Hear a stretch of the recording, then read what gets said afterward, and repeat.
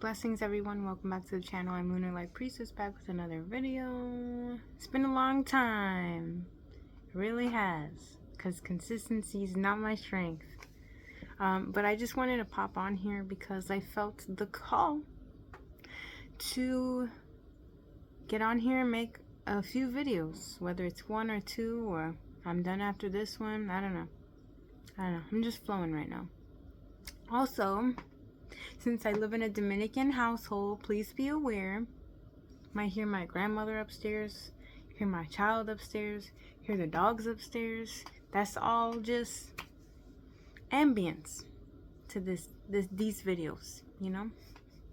Can't control it. It's quiet as heck here. I'm in the basement. I'm sorry. I can't help that. This is like the best quiet that I'll get right now. So it is what it is. Just alerting you before I start, you know. Love that. Anyway, today, so I'm a perfectionist. I really am. And I think I made a video kind of recently. It was about me trying to explain how I struggle to feel feminine. And to me, it felt so rushed and not in the flow, not spur of the moment, not intuitive like I usually dish out these videos. So it was really crammed together. It was really rushed, and I just mulled it over and just kept thinking about it like, damn, this video is not good enough, you know? So here I am remaking it today. So I guess I can kind of start where I last started, I guess. I'll just rehash everything, but, because I'm probably going to take that one down. So if you don't see it, I did that already, you know? So yeah, my struggle to feel feminine. Obviously, I'm a girl. But, when I was younger, I always felt a little boyish, you know? My family will actually describe me as being very feminine when I was younger. Like, they used to put me in dresses and things like that. And I'm not saying femininity is all about wearing dresses and looking cute.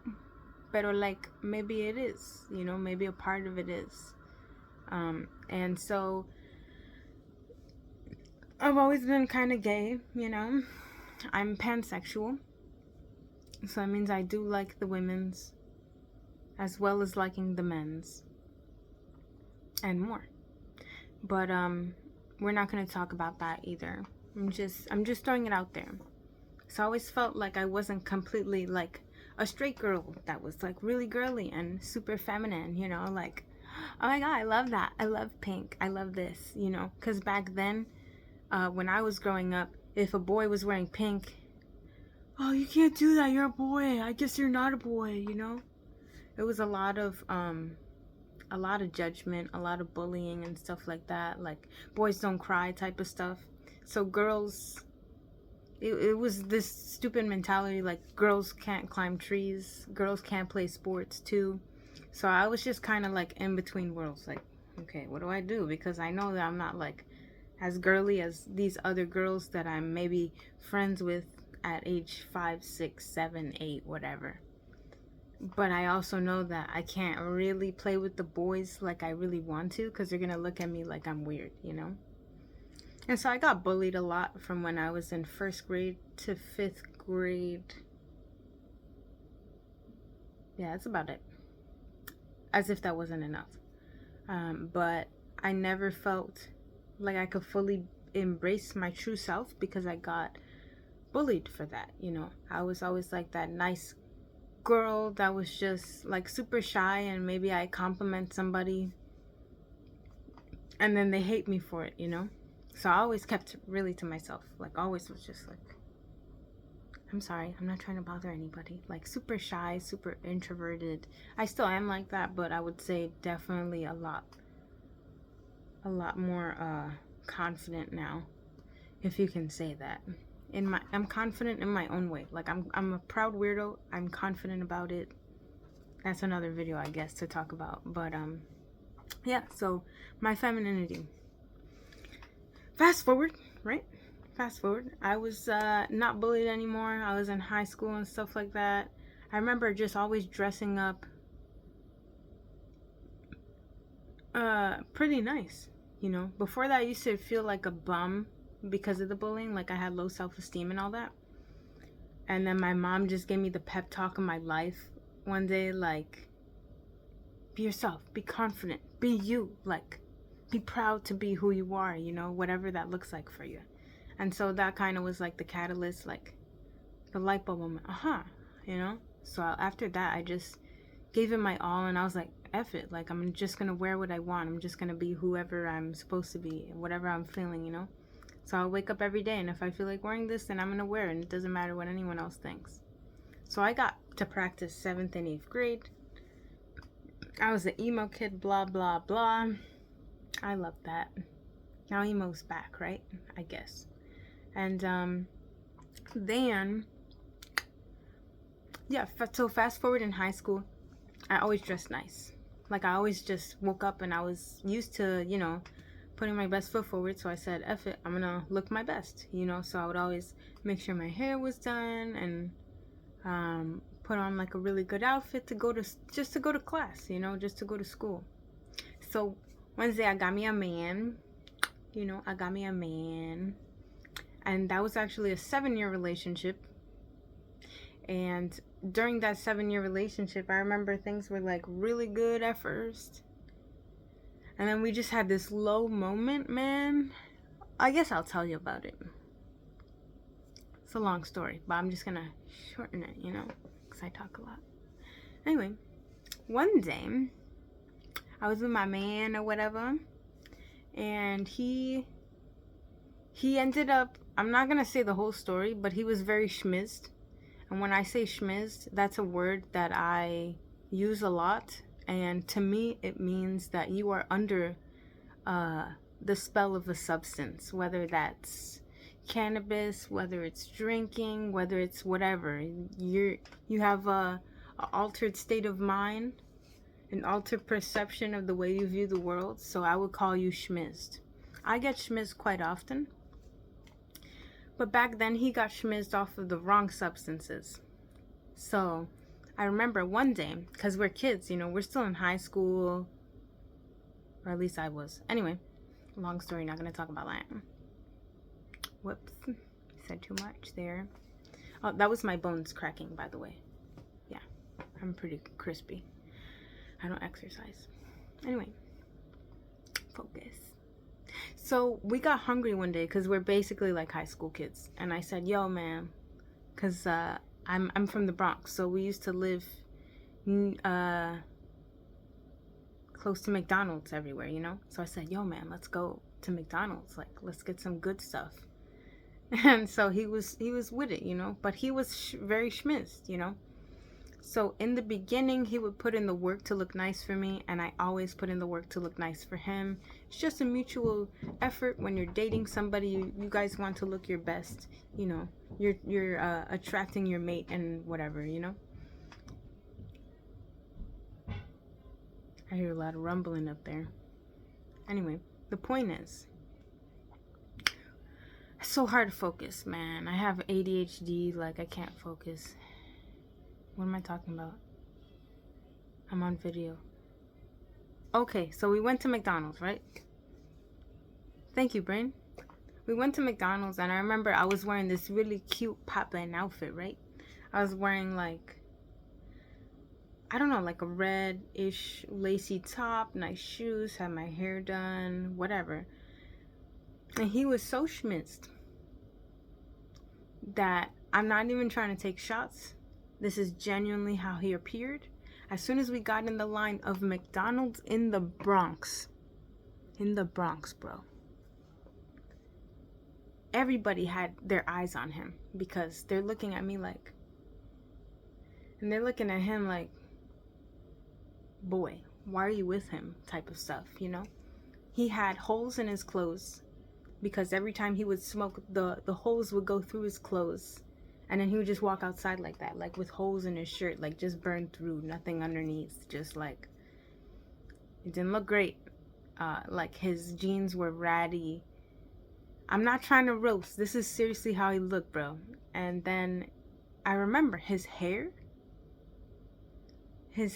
was not combed. It looked like he had longer hair for a dude. So he had like all his long hair, but it was like messy, like he never combed it. And he had like this rat's nest on top. Like it just looked like a circle right here, and it was knots everywhere. And I was like, when I saw him and we had to leave, I was like, oh my God, you're going outside like that? Please don't embarrass me like that. Please, please, please, please. And he was so schmitz. He was so out of it that he was just like, yeah, what's wrong with me? I'm fine. Let's just go. Okay, let's go. So when we get to the McDonald's, everyone's like, you're with him? Pero like, why? Like, why? I don't understand. There's a lot of looks. I felt so uncomfortable because there were so many people looking in our direction, because he was clearly under the influence of something. I'm not going to reveal what that is right now. Maybe in another story some other day. But it was bad. It was bad, you know? And so he ordered, and I felt embarrassed. And after that, another light bulb moment clicked in my head. I was just like, yeah, why am I putting in the work for someone who clearly does not care, you know? Like, sometimes he didn't even want to shower, which is fine. Some people don't do that, you know, often. But to me, I'm a very hygienic person. I'm a very clean person. You know, I brush my teeth every day. I shower every day. Like, I like to smell good and all that stuff. I like to know that I'm clean. Like, I got nothing to worry about, you know? My hygiene is top notch. Top tier, as they say. And he just, like, I had to be like his mom and tell him to go shower. Did you brush your teeth today? You're gonna go outside like that? Like, put something else on. Like, I felt like his mom. And I was probably like 15, 16 years old at the time. And he's a little bit older than me. And I'm just like, tell me why I'm here. And this is my job now. You know, and I'm not even getting paid for it. Like, why do I have to take care of this grown dude, you know? So I gave up after that. I was like, nah. Plus, I'll always come home smelling like cigarettes, too. I don't know what that is. I don't know what they're doing out there. I'll always come home smelling like cigarettes, too. So I was like, yeah. Going to the hood in my flyest outfits is not, like, the best idea, I guess. So after that, I just went, shut it off completely. And from then on, up until quite recently, I would say, I have since, like, it's gotten worse in a way. Only now is it getting better. Like, now I'm just speaking like it's a story of something that happened to me, something I did. But only now is this something that I'm recovering from. So I really want to share just the change in mindset and how I progressed from this previous person to this version of myself here and now. So essentially, I went on I went on the decline, and I just did not put in the work. I was like, I don't even care. Like, I called me a baby daddy after that, had an abusive relationship after that, and I put in a little work for them, but never as much as I once did when I was like in that relationship and I really tried and stuff like that, because I noticed that these boys that I dated after, they didn't care either. So I was like, once again, I'm gonna just shut it off. I'm not gonna care either. So aside from that, I guess everything ties in together. It must, you know? Everything's connected in a way, some very elaborate way.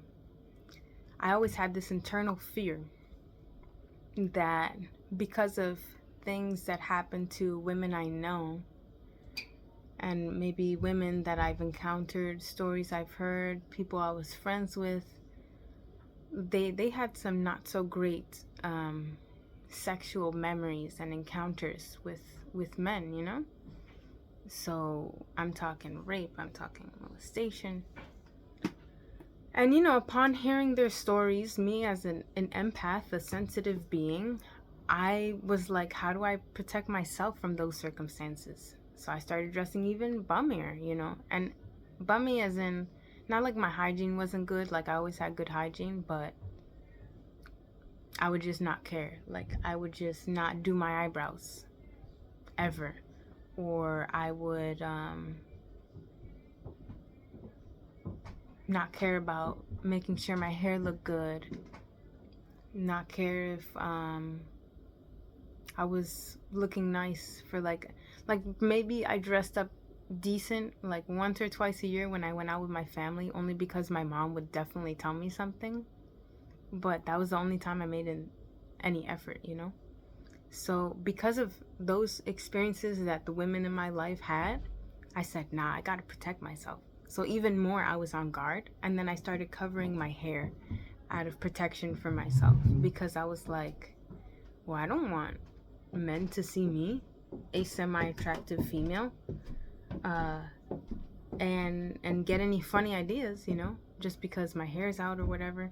So I started covering it, and it, funny enough, I always had like this attraction to Muslim women. What they doing? What they doing? Tell me. They wilding up there. Anyways, I always had an attraction to Muslim women because I think they look so stunning when they cover their hair. And I just see them, like, when they try to wear everything that's like super modest, I'm like, oh, that looks so beautiful. Like, they look so elegant, so well put together, you know. So I started trying to adopt it. Even though I wasn't Muslim, I would just cover my hair all the time. But it was like out of fear, you know. It wasn't to protect my feminine graces per se, and kind of like allude to my shape or my beauty, you know, because they still look great when they wrap their hair, if not, you know, sometimes more stunning. But this isn't about them. I did it in a bummy way, if you can say that. So like, I had like this black hair scarf. Oh my god, so hard to concentrate with them yelling. They're so loud. I'm sorry. Anyway, I had a black hair scarf that was really just for sleeping. Like, it was like some satiny black material. I probably said black like 3 times. I can't remember. Anyway, I wore the scarf outside all the time. All the time. All the time. Like, I looked odd, you know. I think my aunt, she gave me a pair of shoes that looked like Skechers. So I was in such bum mode that I would wear my aunt's shoes that she gave me. And then I would have like this horribly wrapped black hair scarf covering all my hair. Like, I just looked like a shiny egg. Like, I would wear a bun, you know. I would wear my bun, and then I would cover everything. Everything, like even my neck hairs, even my little sideburns and stuff. I would cover everything. I was like, I'm not trying to be seen. Don't look my way. I don't care if you notice me. I don't want to be noticed. I'm trying to hide. Okay, I want to blend in. I want to be invisible. I don't want you to look at me. I'm not trying to attract nobody. I don't care, you know. Even during this relationship that I last had with my child's father, I did that so much because I saw that he stopped putting in the work. And then I just reverted back to my old ways, you know? So it was to the point where my boss one day, he asked me, because we were cool like that. He asked me, he was kind of the homie, I'm not going to lie. So my homie, my boss, he comes up to me one day and we're working together. It was like him and I closing the store. And he goes, Akira, please don't take this the wrong way. Like, I'm not trying to offend you, but I'm genuinely curious. I hope you can answer my question. I was like, shoot, bro, just ask me anything. He said, why is it that you cover your hair all the time? Like, I just want to know, because I know you're not religious or anything, so what's up? And I was like, I guess I do it to hide me. Like, I'm not trying to be seen. I'm so used to people not working hard for me, so I give up, you know? And really what I was saying was I don't love myself right now, because a lot of things have happened to me and a lot of experiences I'm not going to share today. And during those years where I was just on the decline of my personal looks and stuff, yo, they're hella loud, man. My bad. I'm sorry. That's my house, I guess. Anyway, all these years where I was on a decline and I wasn't dressing up, what really was happening was I wasn't dressing up for me. As much as I've always been a clean person, a semi-attractive person, as I will say, because I know I'm not ugly, but I'm not trying to gas myself either. I stopped putting in the work for me. I stopped loving myself. And really, after my last relationship, which was my child's father, after I had this baby, yo, we had the worst breakup ever. And from then on, he left me for someone else. After on our 5-year anniversary, he left me for someone who ghosted him for like 10 years. Good for you. So I'm not hurt about it anymore. I don't care. Funny enough, but I admit that's not the most pleasant situation to go through. So at first, when I was going through the grief and the emotions, I was like, yo, man, I really want this relationship back. Like, why doesn't he want me? But man, something kept telling me over and over again. I'm sorry. I don't know. It's like a war zone up there. Something kept telling me over time that you got to get over it. Like, who cares about these boys? Just put in the work for yourself. Just learn to love yourself. Who cares about the way they see you? All that matters is the way you see you. And you need to put in the work to make yourself happy. So that when you look in that mirror, you can see how semi-attractive or beautiful, really, you are. Because you are showing that. You're putting in the work on your outward appearance in order to see that every time you look in the mirror, you know? And so, aside from that, since I had a baby, I have a daughter, I never wanted her to look at me hiding myself and think that she had to do the same. I never wanted her to grow up saying, my mommy looks like a bum. I don't know why she does it, but I guess I'll have low self-esteem now. You know, like that subconscious kind of programming that I'm training her. I'm enforcing by, you know, giving her the example of whether or not she should dress up nicely and look her best or not, you know. Because as we become parents, you're setting an example to your little ones just by living your life. Just by doing what you do on a daily basis, a regular basis. You don't even know what the heck they're absorbing. You don't know all the things that they're like, yep, it's another strike for that one. Another tally. Yeah, I'm just crossing it there. I've seen that enough times. You're like training them too, because they're observing you. They're learning the way you speak about yourself, and they're mirroring the same actions. They're saying the same words. They develop the same vocabulary, same behaviors. They treat others like that, you know. So it was something that I never wanted to pass on. And luckily, she's a baby. She's small. She has so much time to learn about all these things. But I said, man, I got to put my best foot forward for me and her. And I got to be the better example, you know. So why not look your best? Because ultimately, it's about self-love. And only now, the difference is from then to now. I know it's a long-winded thing of connect the dots, my stories, but to me they all make sense because that's the way it fits in my head. Like, yeah, this is how that progressed, and that one time, like, yeah, and then, you know, I'm just mathing in my head, you know. So basically, love yourself. It's so easier said than done. I'm still on my own journey. I'm still progressing and making my own path and trying to see what that means for me.